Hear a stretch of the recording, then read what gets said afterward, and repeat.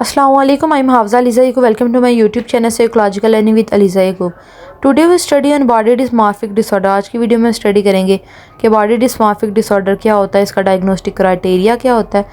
इसके पीछे जो काज एंड काजेज़ होते हैं वो क्या होते हैं, इसके साइन एंड सिम्टम्स क्या होते हैं और इसे किस तरह से ट्रीट किया जा सकता है। आज हम इसे डिटेल में स्टडी करेंगे। बॉडी डिस्मॉर्फिक डिसऑर्डर जिसे कहा जाता है बीडीडी और body dysmorphia is a mental health condition. ये क्या है, एक मेंटल हेल्थ कंडीशन है जिसके अंदर क्या होता है कि इंडिविजुअल बहुत ज़्यादा जो अपना टाइम है, अपना जो कीमती वक्त है उसे स्पेंड करता है परेशान होने में कि उसकी अपीयरेंस के अंदर क्या क्या फ्लॉज हैं। यानी कि वो अपना बहुत ज़्यादा टाइम जो है ना इस चीज़ के ऊपर, इस परेशानी की हालत के अंदर स्पेंड कर देता है कि मैं जो है ना मुकम्मल नहीं हूँ, या मेरा बॉडी का जो कोई पार्ट है वो ठीक नहीं बना हुआ, या मैं प्यारा नहीं लग रहा, मुझे और जो है ना प्यारा होना चाहिए था। और उसके जो वो फ्लाज होते हैं वो इस तरह के होते हैं कि जिन्हें दूसरे इंडिविजुअल जो है वो नोटिस भी नहीं कर रहे होते। फॉर एग्जांपल अगर कोई ऐसा इंडिविजुअल है जैसे कोई नबीना है या किसी को सुनाई नहीं दे रहा, किसी को समात नहीं है, ऐसा अगर किसी की बॉडी के अंदर डिफेक्ट और वो इन चीज़ों के बारे में सोच रहा हो तो उसके ऊपर फिर भी सोचा जा सकता है। लेकिन अगर कोई इंसान है वो नॉर्मल सी चीज़ें जो दूसरे इंसान उसके ऊपर कोई इतना नहीं भी फोकस कर रहे, लेकिन फॉर एग्ज़ाम्पल किसी का जो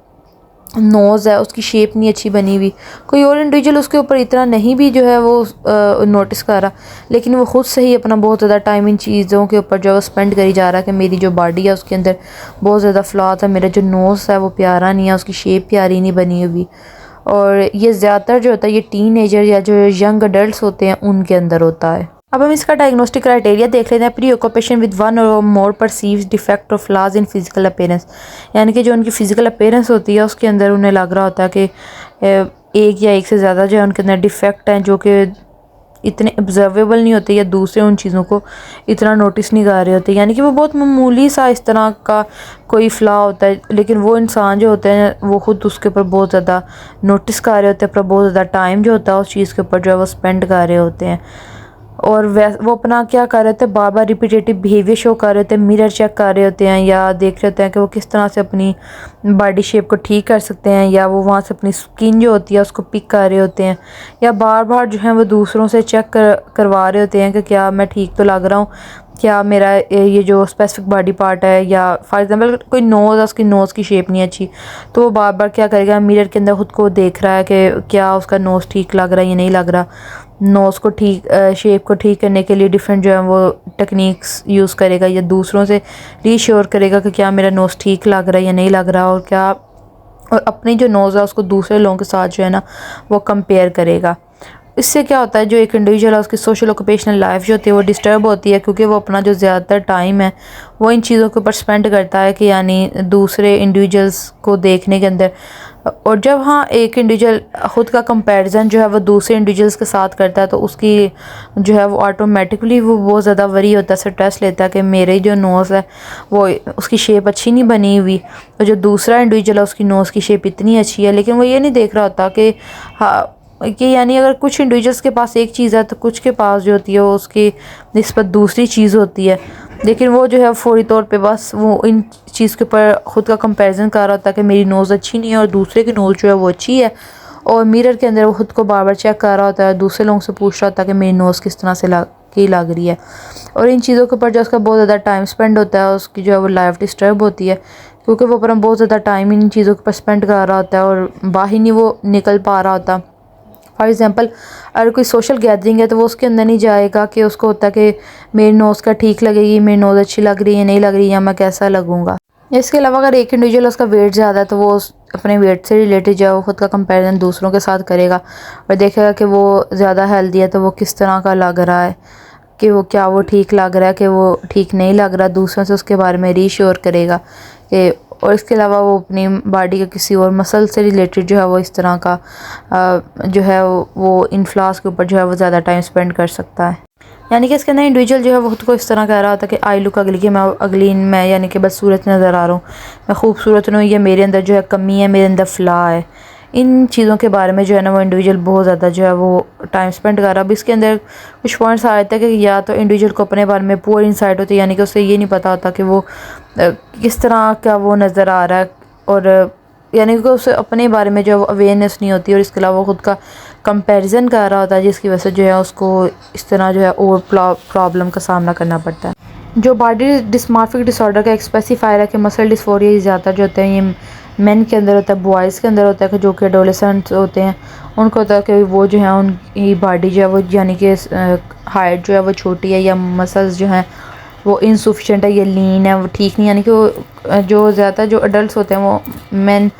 वो अपनी बॉडी शेप बना रहे होते हैं, तो उनके अंदर जो होते हैं बॉय होते हैं उनको इस चीज़ का होता है कि उनकी जो बॉडी है वो मस्कुलर नहीं है, और इसकी वजह से जो है वो अपना जो है वो कंपैरिजन कर रहे होते हैं, जिसके लिए वो डाइट ले रहे होते हैं और इसके अलावा वेट लिफ्टिंग करते हैं, एक्सरसाइज करते हैं, ताकि उनकी जो बॉडी है उसकी एक शेप बन जाए या उनकी बॉडी जो है वो मस्कुलर हो जाए। यानी इसके अंदर जो इंडिविजुअल है वो खुद को कह रहा था कि वो अगली नज़र आ रहा है, बदसूरत नज़र आ रहा है, या वो अनअट्रैक्टिव है, अब नॉर्मल है या डिफॉर्म्ड है, यानी उसकी बॉडी के अंदर जो है कोई ना कोई फ्लॉ है, या कुछ जो होता है उनको इस तरह होता है कि उनकी बॉडी के अंदर जो है बहुत ज़्यादा हेयर्स हैं, या उनकी बॉडी शेप ठीक नहीं बनी हुई, या उनकी जो हाइट है वो छोटी है, उनकी आइज़ थोड़ी टेढ़ी हैं, वो ठीक नहीं है, टीथ के अंदर थोड़ा डिफरेंस है, या वेट ज़्यादा है, या स्टोमिक का इशू है। इसके अंदर जो एक अब एसोसिएटिव फीचर आ रहा था कि वो इंडिविजुअल्स का एक्चुअल में ये होता है कि कुछ जो इंडिविजुअल्स होते हैं कि वो उनके अंदर लिटिल जो है इस तरह का फ्लॉ होता है जो कि दूसरे इंडिविजुअल तो उसके ऊपर नोटिस भी नहीं कर रहे होते, लेकिन वो ख़ुद उसके ऊपर बहुत ज़्यादा नोटिस कर रहे हैं, और इसके अंदर जो उन्हें इस तरह की डिल्यूजन हो रही होती है कि हम मेरी जो बॉडी है वो ठीक नहीं है, मैं अगली नज़र आ रहा हूँ, और वो यानी कि उन्हें डिल्यूजन ऑफ रेफरेंस हो रहे होते हैं कि दूसरे इंडिविजुअल जो है वो उन्हें नोटिस कर रहे हैं, दूसरे इंडिविजुअल्स उनके बारे में सोचेंगे कि क्या वो ठीक लग रहे हैं या नहीं ठीक लग रहे, लेकिन ऐसा कुछ भी नहीं होता, दूसरे इंडिविजुअल्स उनके ऊपर नोटिस भी नहीं कर रहे होते, लेकिन वो इस चीज़ के बारे में उन्हें डिल्यूजन हो रही होती है कि दूसरे लोग जो है मुझे देखेंगे, वो मेरे ऊपर नोटिस करेंगे, वो मेरे ऊपर जो कमेंट पास करेंगे कि क्या मैं अच्छा लग रहा हूँ या नहीं अच्छा लग रहा। ज़्यादा जो ये डेवलपमेंट एंड कोर्स पीरियड होता है इस डिसऑर्डर का वो होता है 15 ईयर्स तक, या उसके बाद जो टीनेजर की एज होती है, जो अडल्ट एडोलेसेंट जो होते हैं वो जो है वो ज़्यादातर इस डिसऑर्डर का शिकार होते हैं, और अपनी बॉडी रिलेटेड जो होती है उनको देख के, बॉडी पार्ट्स के रिलेटेड के उसके अंदर फ्लॉ है, डिफेक्ट्स है, उनको देख के जो है बहुत ज़्यादा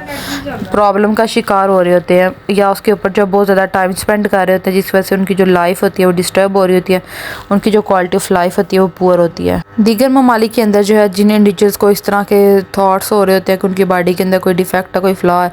और उसके लिए वो अपना रिपीटेटिव बिहेवियर शो कर रहे होते हैं, कि मिरर चेक कर रहे थे या रीश्योर कर रहे होते हैं खुद को, वो अंदर सुसाइडल अटैम्प्ट करने की भी कोशिश करते हैं, या उनके माइंड के अंदर जो वो सुसाइडल थाट्स आते हैं। उन चीज़ों का इफेक्ट क्या आ रहा था, नताइज ये आ रहे होते हैं कि इंडिविजुअल जो होते हैं उनकी साइकोसोशल फंक्शनिंग जो होती है वो डिस्टर्ब हो रहे होते हैं, उनका बहुत ज़्यादा जो थाट्स होते हैं वो इस तरह डिस्टर्ब होते हैं, वो नेगेटिव थिंकिंग करते हैं, और बहुत ज़्यादा अपने ऊपर जो है वो ओवर थिंकिंग उस चीज़ के ऊपर कर रहे होते हैं कि हमारी बॉडी के अंदर कोई ना कोई फ्लॉ है, और उसे जो है वो हर एक इंडिविजुअल जो है वो नोटिस कर रहा है, जिसकी वजह से उनकी लाइफ डिस्टर्ब हो रही होती है। इसके ट्रीटमेंट के अंदर जो वो CBT अप्लाई की जाती है, इंडिविजुअल्स की कोग्निटिव बिहेवियर थेरेपी जिसे कहा जाता है, यानी कि टॉक थेरेपी के ज़रिए जो है